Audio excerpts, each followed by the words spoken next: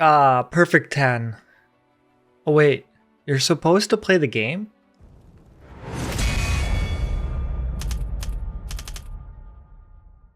Stellar Blade is a very polished game, and I can recommend it to anyone that really likes Souls-like games or action combat games. I call it a mashup between games like Elden Ring and Final Fantasy XVI, as these are the only games that I have played that feels like Stellar Blade. I personally feel like it's more like a Souls-like game, even though it does play a lot like an action combat game. For those of you who want to score, I can give it like a high 7-ish to low 8-ish range. Even after completing the game, I kind of want to play it some more. I agree with what everyone is saying about the combat being very well done. It is the best part of the game. And as someone who doesn't really enjoy extremely punishing games, it does present a challenge. However, I think it does strike the balance, and I think it caters to both seasoned Soul players and newcomers alike. The learning curve can be a little steep at first, but improving in the combat has become incredibly rewarding. One notable aspect to Stellar Blade is its stylish approach to combat animations. There's a slight input delay, which I haven't seen anyone mention,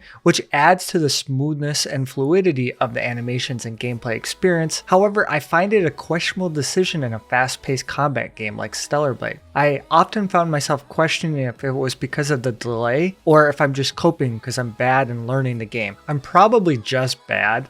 And after a few more hours with the game and improving greatly, I found myself enjoying the game so much more. However, that thought was always in the back of my head. However, it did not take away from the enjoyment of finally overcoming these challenging boss fights, which this game has many of. It usually took about 30 minutes to an hour for me to beat on my first playthrough, and every single time I was extremely relieved and excited and pumped to have beaten the bosses.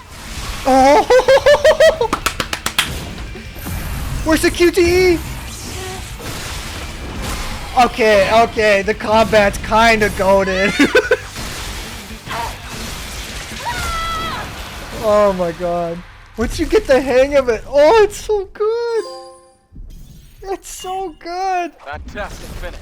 I really like how upgrading works. As you progress through the game, you're given more tools to use, and the enemies and bosses ramp up to match to make the experience always feel challenging. But it also keeps it fresh and unique. It is even expanded in New Game Plus and give you even more ways to play. Now, for me personally, one of the most enjoyable aspects of Stellar Blade is its customization system. From outfits to hairstyle, this game offers many options that feel generally rewarding to unlock. I understand this is also a huge appeal for the game, but it also feels very nice to choose how I look and have so many options when a lot of games either make you pay for these options or give you one default option with no ability to change it. I also enjoyed that not all of the outfits were just eye candy, and that there were a lot of stylish ones and modest outfits to choose from, even though we all know that.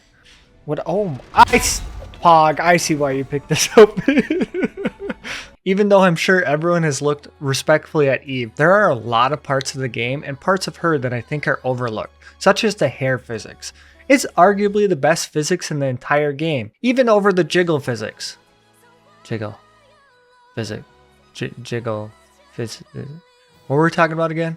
Oh yeah, the hair physics. It's really a testament to the developer's dedication to immersion, and it blends into every aspect of the game. Even the environments, when they had the yellow paint, made it feel natural, as if it was a part of the environment, as if it was supposed to be there. It shows how much they cared about every aspect of the game. They wanted everything to look great, and not just Eve. And I can't believe I almost overlooked it, but the music in this game is amazing. I would say it's the second best soundtrack of a video game that's come out this year, and I find myself listening to the music outside of just playing the game. The story even has parts where it shines, however, it is clearly the weakest part of Stellar Blade. I found it to be good. However, side quests do a better job of storytelling than the main narrative. If I had to sum it up, I feel like it just lacks some life. I wish Eve had a little bit more substance to her, as there's only one character in the entire story that seems like they're emotionally invested in anything that is going on. There are moments here and there, but it ultimately falls short as Eve lacks some depth and emotional investment, which kind of detracts from the overall immersion of the game world. And my last gripe about the story is a lot of it just happens at the end and it's very backloaded, much like Eve.